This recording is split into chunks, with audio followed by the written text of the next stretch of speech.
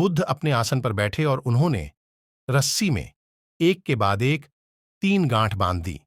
इसके बाद उन्होंने शिष्यों से पूछा कि क्या ये वही रस्सी है जो गांठ बांधने से पहले थी? इस प्रश्न के जवाब में एक शिष्य ने कहा कि तथागत, इसका उत्तर थोड़ा मुश्किल है। ये हमारे देखने के तरीके पर निर्भर करता है। एक तरह से तो रस्सी वही है, इसमें कोई बदलाव नहीं है।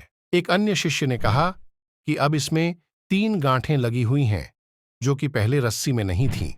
इसे बदला हुआ भी कह सकते हैं। कुछ शिष्यों ने कहा कि वास्तव में मूल रूप से रस्सी वही है, लेकिन बदली हुई दिख है, लेकिन इसका मूल स्वरूप बदला नहीं है। शिष्यों की बात सुनकर बुद्ध ने कहा कि आप सभी सही बोल रहे हैं। अब मैं इन गांठों को खोल देता हूं। ये बोलकर बुद्ध रस्सी के दोनों सिरों को खींचने लगे। बुद्ध ने पूछा कि क्या इस प्रकार रस्सी की गांठें खुल जाएंगी?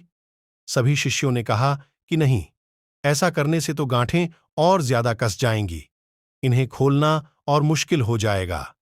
बुद्ध ने कहा कि ठीक है, अब एक अंतिम प्रश्न, इन गांठों को खोलने के लिए हमें क्या करना होगा? शिष्यों ने कहा कि हमें इन गांठों को ध्यान से देखना होगा, जिससे हम जान सकें कि इन्हें कैसे लगाया गया है। इसके बाद हम गांठें आसानी से खोल सकते हैं। बुद्ध इस जवाब से संतुष्ट हो गए और उन्होंने कहा कि ये सही बात है। हम परेशानियों में फंसे रहते हैं और बिना कारण जाने ही उनका हल खोजने लगते हैं, जबकि हमें पहले समस्याओं के मूल को समझना होगा।